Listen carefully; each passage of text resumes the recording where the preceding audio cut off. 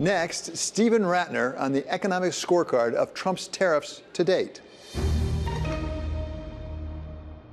President Trump has made no secret of his love of tariffs as an instrument of economic policy. He laid out a sweeping program for imposing them on virtually every country around the world in April of 2025, only to have the Supreme Court strike them down less than a year later. He has claimed that tariffs will both help rebuild American manufacturing and address the growing U.S. deficit. Stephen Rattner has been keeping score on what they have done so far. So, Steve, tariffs are back on the agenda. I'm not sure they were ever off the agenda, but we had, the so-called Liberation Day sort of applied to the world, got struck down. Now President Trump and his administration have come back, and particularly with Canada this week, with more countries maybe waiting in the wings. What do you make of the tariff situation right now? Well, as you obviously well know, and I'm sure everybody knows, the Supreme Court struck down his broad-based, what I call the IEEPA tariffs, and so he had to kind of go back to the drawing board. And there are a bunch of other laws, and again, I'm not a trade nerd, so I can't get into the weeds on that too far. But there are a lot of other provisions in the trade laws that allow for tariffs with more of a process than what he tried to do under the IEEPA tariffs. And so he's now going back in and trying to use whatever bits of the trade laws he can use to put tariffs wherever he feels like he should put them, or whoever has antagonized him that day or said something he doesn't like or done something he doesn't like. And so you're going to see a lot of this. You see it going on with drugs right now. And of course, one day they're on, the next day they're postponed, the third day something else happens. And I think in a normal situation, if a president acted like that, the market would kind of really get knocked off its pedestal and not know what to make of all this changing of directions. In the case of Trump, because he just does it so often and so frequently, and none of it seems to ever really matter, the famous taco, Trump always chickens out, the market hasn't really reacted much to any of what he's been saying about tariffs. The market is much more focused on other things than tariffs at the moment. And so the market kind of has a little bit of an attitude of, boys will be boys, and let Trump go off and flap his wings and talk about tariffs, and if something really happens, then we'll deal with it. President Trump has said he has at least two goals with his tariffs. One of them is so-called reindustrialization of the United States, and the other is addressing some of our fiscal needs. Talk about reindustrialization. What have the effects been? We've had a fair amount of track record now on the reindustrialization of the United States. If you listen to the announcements, and Trump was talking about the Toyota announcement the other day, you would actually think this is a big deal. If you look at the numbers on factory construction actually peaked in the last part of the Biden administration when we had the CHIPS Act and also the Inflation Reduction Act, which encouraged a lot of factory construction, whether it's batteries or chips or whatever. And since Trump arrived, a rate of factory construction on an annualized basis, has just been going down so far. Data centers are not considered factories, so that has been going up, but that is not nearly enough to overcome the reduction in the rate of factory construction. All that said, I would acknowledge anecdotally, and this is not really necessarily completely Trump's doing, that even really since post-COVID, companies have put some value on getting their supply lines closer to home. I think everybody learned during COVID that trying to operate with just-in-time inventories when the stuff is coming from Thailand or someplace is just really hard.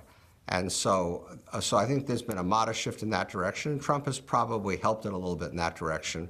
But look, fundamentally, we've also lost 75,000 manufacturing jobs since Trump came back into office. Fundamentally, manufacturing is on the same trajectory it's been on for more than 50 years, which is it is a declining part of our economy, and in some respects, declining overall.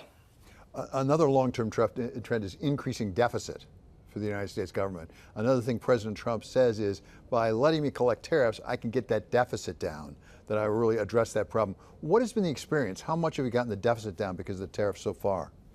Almost none by the standards of what the deficit is. It's in the, I think it was in the tens of billions of dollars a month. And now it's the opposite, because the government's having to refund some of the tariffs that were declared illegal. And so I never thought, and I'm not even sure Trump ever thought, that tariffs as a way to deal with the fiscal problem made any sense. It's just not, the fiscal problem is so large, and the amount of money realistically you were ever going to collect from tariffs, let alone now, or that he ever did in the brief time when they were in effect, just was meaningless in the context of what we're dealing with. Is there a risk that we become dependent upon tariffs for part of our fiscal needs? No, I don't think so, because essentially right now, as I said, we're giving money back, not taking money in. And I have not heard a single person, other than maybe Trump, advocate for tariffs because it was a way to solve the budget deficit. I mean, tariffs, the argument, if there's an argument for tariffs, it's to basically create a fairer trading environment or to protect domestic industry or something like that. It's not, this is not 1800 when, when Hamilton used tariffs to balance the U.S. budget and pay off the debt.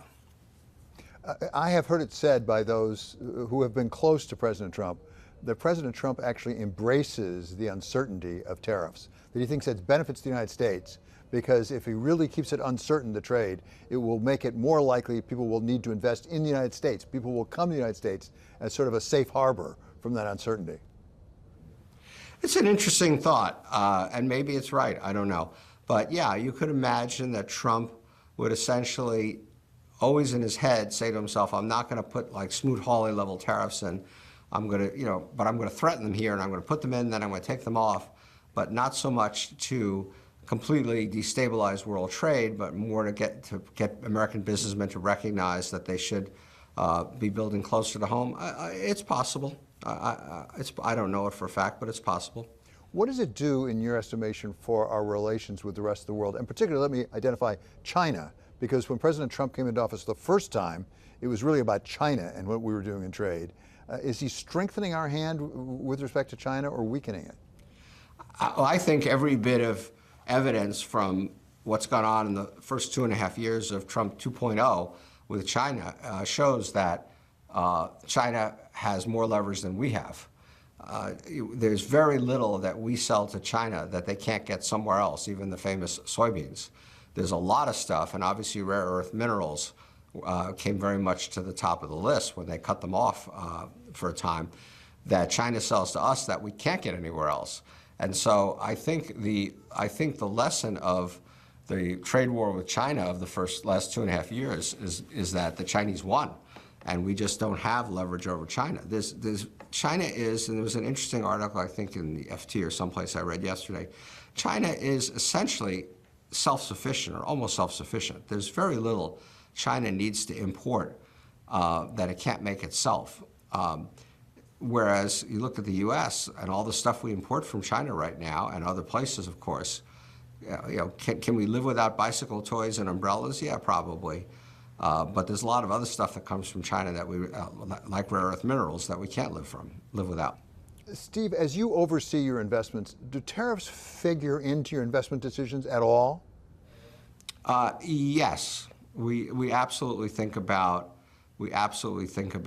whether a company that we're investing in could be hurt by a set of tariffs that got put on some components or whatever that they import, or if they operate plants overseas. We absolutely think about that.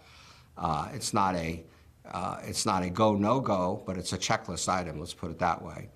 And so sure, yeah, you have to try to think about whatever it is you think Trump might do, but then you have to make a judgment as to the probability of him actually doing it and what the impact would be if he did. That does it for us here at Wall Street Week. I'm David Weston. See you next week for more stories of capitalism.